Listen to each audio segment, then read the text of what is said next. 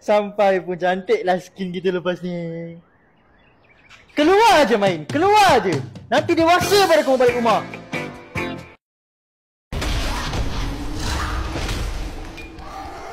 Kamu duduk je kat rumah ni, main je game tu, main je. Tak payah keluar, tak payah berkawan.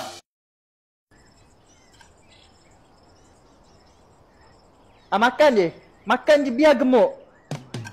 Biasa kamu, tengok bapak kamu, mak tak suruh makan sangat, tengok. What did I do wrong? Nanti gemuk.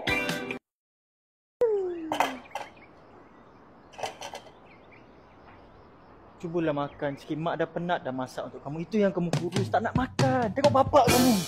Aku lagi. Kurus, tak nak makan. Makan. Skincare. Kau makan je lah skincare tu. Habis duit beli skincare je. Kalau cantik tak apa juga. Ini muka pun macam tepung. Habis duit aku kerja siang malam beli skincare kau. Cantik tidak pun. Apa masalah kau ni?